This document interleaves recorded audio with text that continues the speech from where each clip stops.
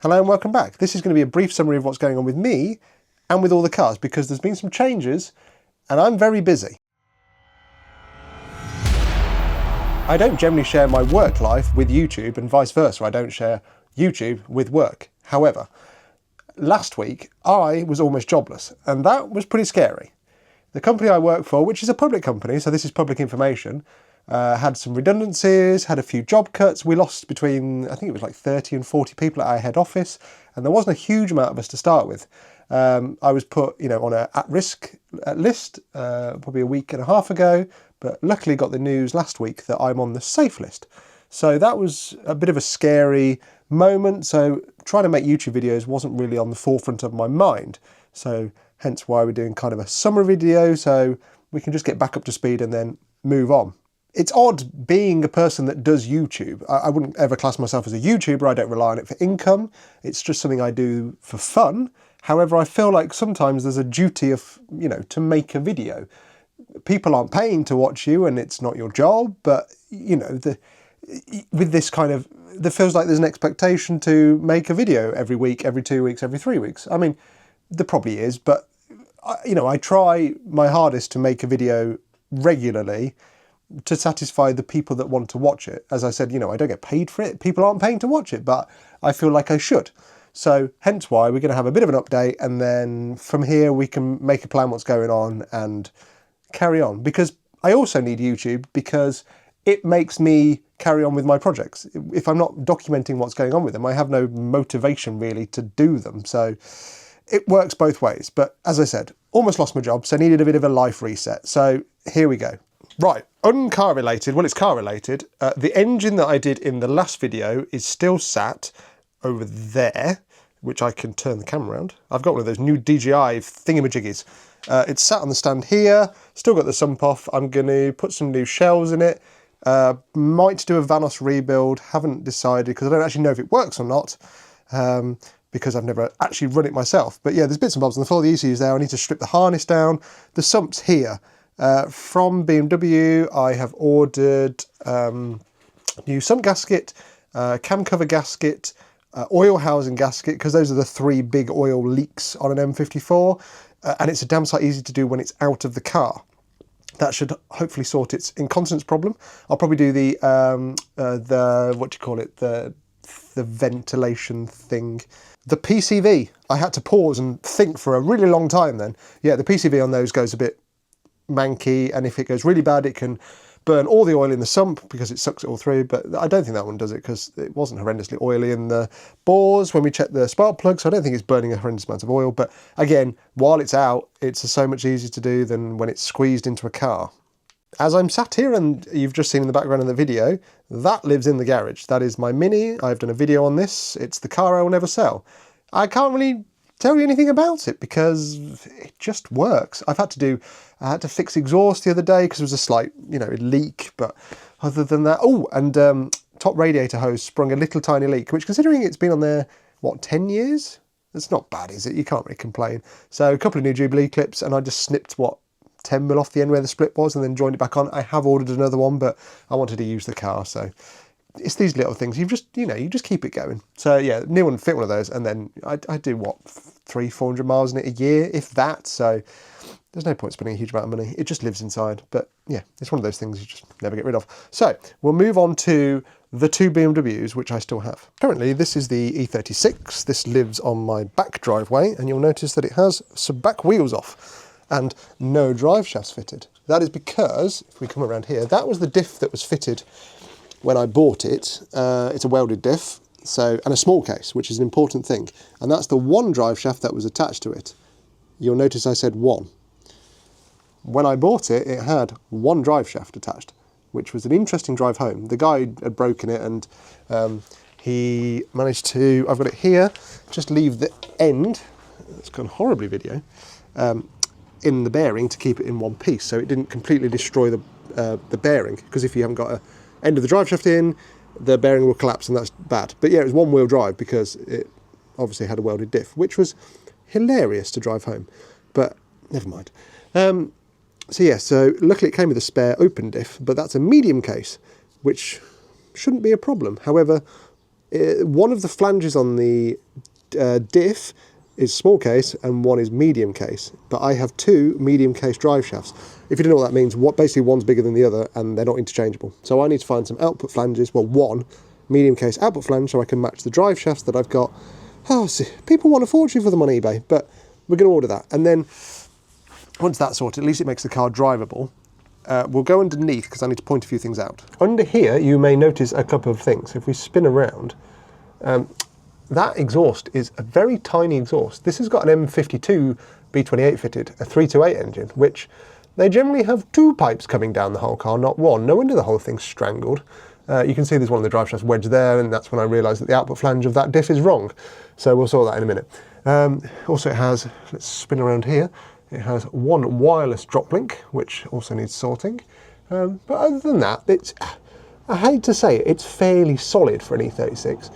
So yeah, once I've sorted the whole diff situation out, we can get it driving. However, that exhaust doesn't have a cat in it, so sort that out and then chuck it through an MOT and then see where we are.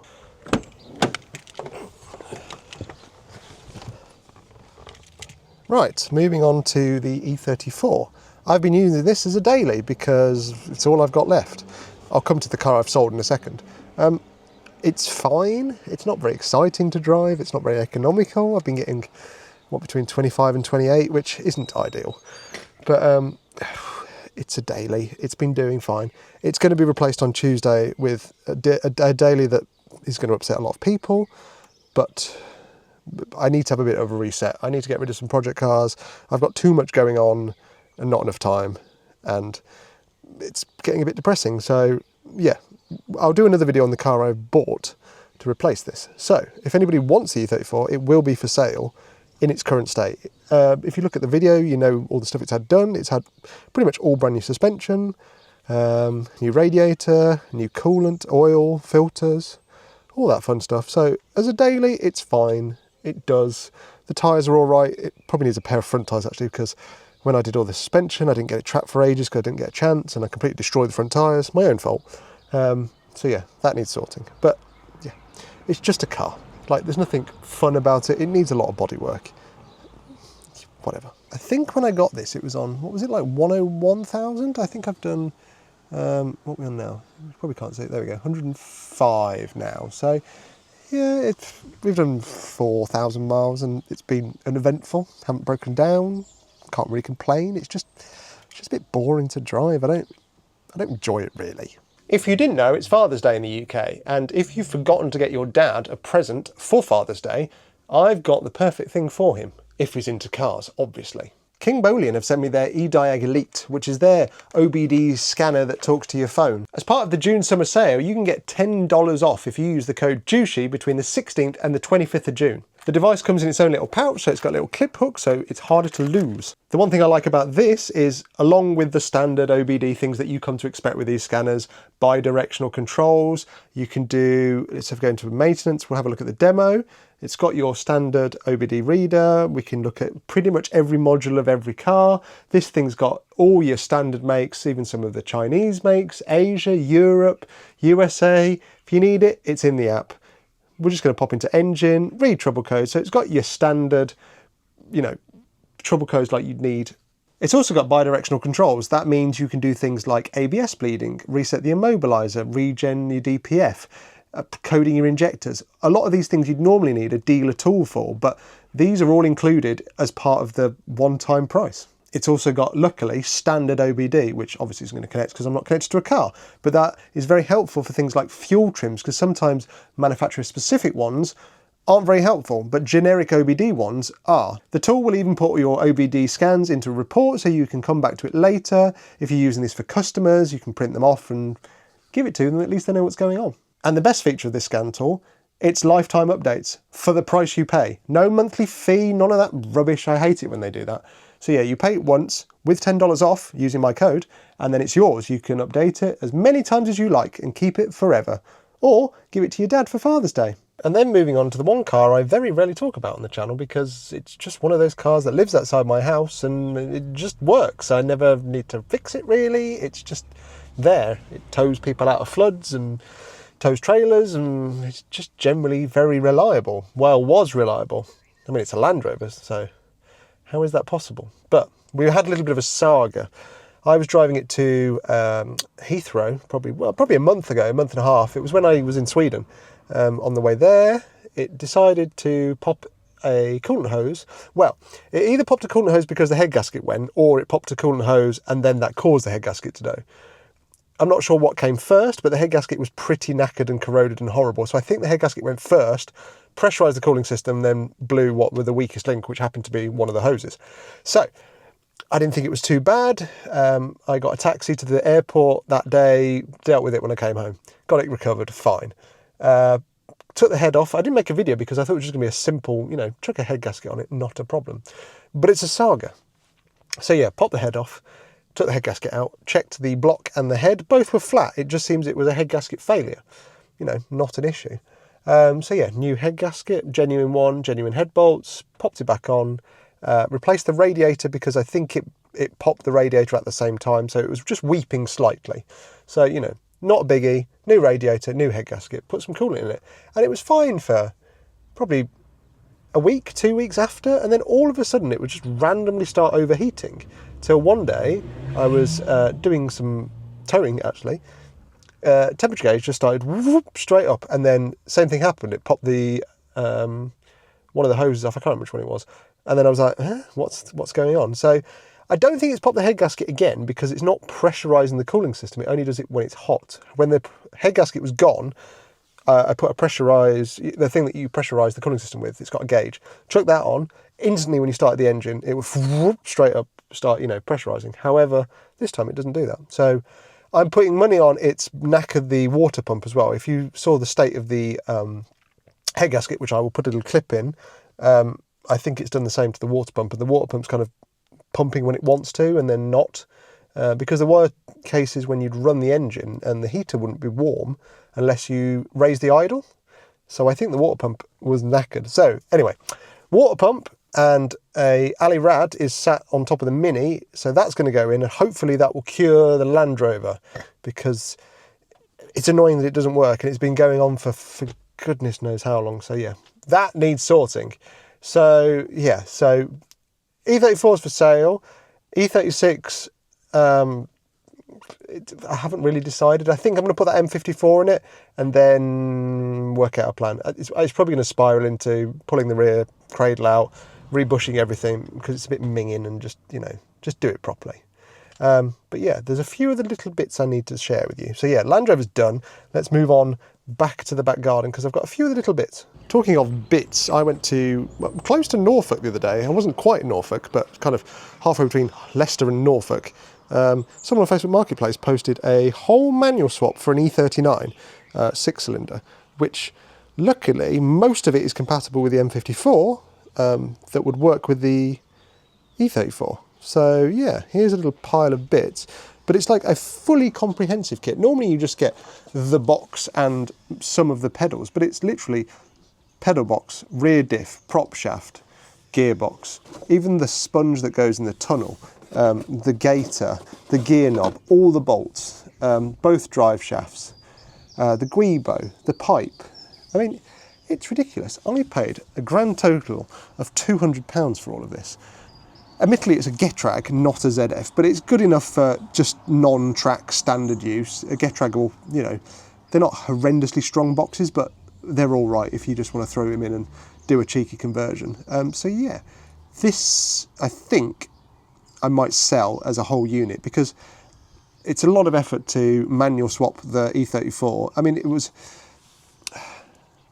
a nice idea, but I mean, realistically, if I think about it, I've got two project cars. I've got the E34 and then the E36, which I'm never going to use the E34 really as a daily if I'm going to replace it. So I just want a track car. So there's already a manual box in that E36 and a M52, which would be nicer being an M54.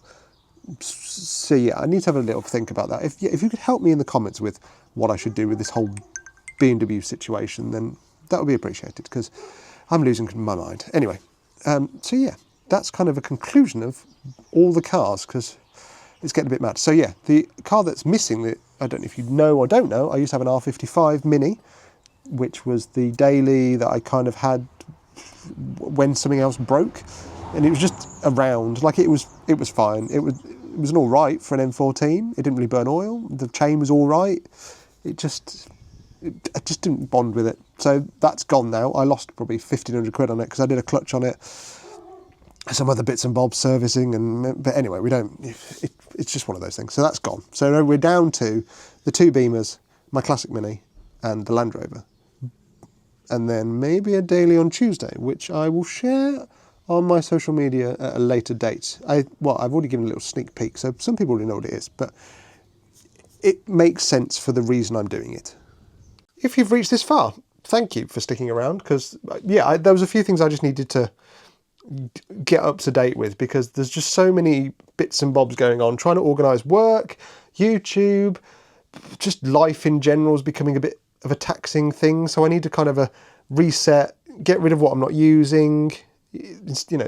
I'm collecting things for the sake of it because they're cheap, whereas really I should just be buying the things I need for the project I'm doing, and then just keep it simple. Obviously now I know my job is secure, I can then go and buy all the bits I'm going to need for the track car and that M54 and all that, which I held off on because obviously if I didn't know I had a job next week, it's a bit silly spending a couple of £100 on just a fun car. I've got to be a little bit sensible in life, so that's the reasoning why. So I think I'm up to date. If there's any questions, chuck them in the comments. I like to think I'm just a normal human being that videos myself and puts it online. So yeah, put it in the comments, and we'll have a chat. We'll discuss, and then hopefully in 2 weeks, well, it might be next week, there's a new video because I will do a new video on the new car. But yeah, 2 weeks, I should have got all the bits back together. Update video then on the Beamer, can do a video chucking the M54 in said Beamer, and then it's track car season, like late summer. Don't want to be doing track car stuff during the summer because it's far too hot and Beamers like to overheat. So yeah, end of summer, track car, do a few track days, and then pull it off the road again for winter, and then do some more updates. So yeah, I will see you in the next video where hopefully it's a little more structured and it's not just me talking at a camera. For now, goodbye.